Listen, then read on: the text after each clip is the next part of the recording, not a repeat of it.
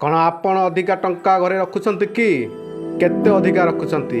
କେତେ ରଖିବା ଦରକାର? ଆୟକର ବିଭାଗର ନିୟମ କ'ଣ କହୁଛି ଆସନ୍ତୁ ଜାଣିବା। ନିକଟରେ ଆପଣ ଜାଣିଥିବେ ବଲାଙ୍ଗୀର ସମେତ ବିଭିନ୍ନ ଅଞ୍ଚଳରେ ରେଡ୍ କରି କୋଡ଼ କୋଡ଼ ଟଙ୍କା ସିଜ୍ କରାଯାଇଥିଲା। ପୂର୍ବରୁ ଜରୁରୀକାଳୀନ ଖର୍ଚ୍ଚ ପାଇଁ ନଗଦ ଟଙ୍କା ରଖାଯାଏ, ଆଉ କିଛି ବ୍ୟାଙ୍କରେ ମଧ୍ୟ ରଖାଯାଏ। ବର୍ତ୍ତମାନ ଡିଜିଟାଲ ୱାଲେଟରେ ଖର୍ଚ୍ଚ କରୁଛନ୍ତି।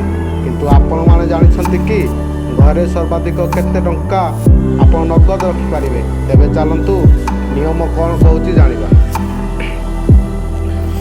ଆୟକର ବିଭାଗର ନିୟମ ଅନୁସାରେ ଭାରତୀୟ ନାଗରିକଙ୍କୁ ଘରେ ନଗଦ କ୍ୟାସ୍ ରଖିବା ପାଇଁ ଅନୁମତି ଦିଆଯାଇଅଛି। ଅର୍ଥାତ୍ ଆପଣ ଘରେ ନିଜ ଇଚ୍ଛାରେ ଘରେ ଟଙ୍କା ରଖିପାରିବେ। କିନ୍ତୁ ମନେ ରଖନ୍ତୁ, ଯଦି ଯାଞ୍ଚ ଜରୁରୀକାଳୀନ ଏହାକୁ ରେଡ୍ କରି ଜବତ କରନ୍ତି, ତେବେ ସମସ୍ତ ଟଙ୍କାର ଆୟ ଏବଂ ଏହାର ହିସାବ ଦେବାକୁ ପଡ଼ିବ। ଏଭଳି ପରିସ୍ଥିତିରେ ଆପଣ ନଗଦ ଆୟର ସମ୍ପୂର୍ଣ୍ଣ ଉତ୍ସ ଜାଣି ରଖିବା ଉଚିତ।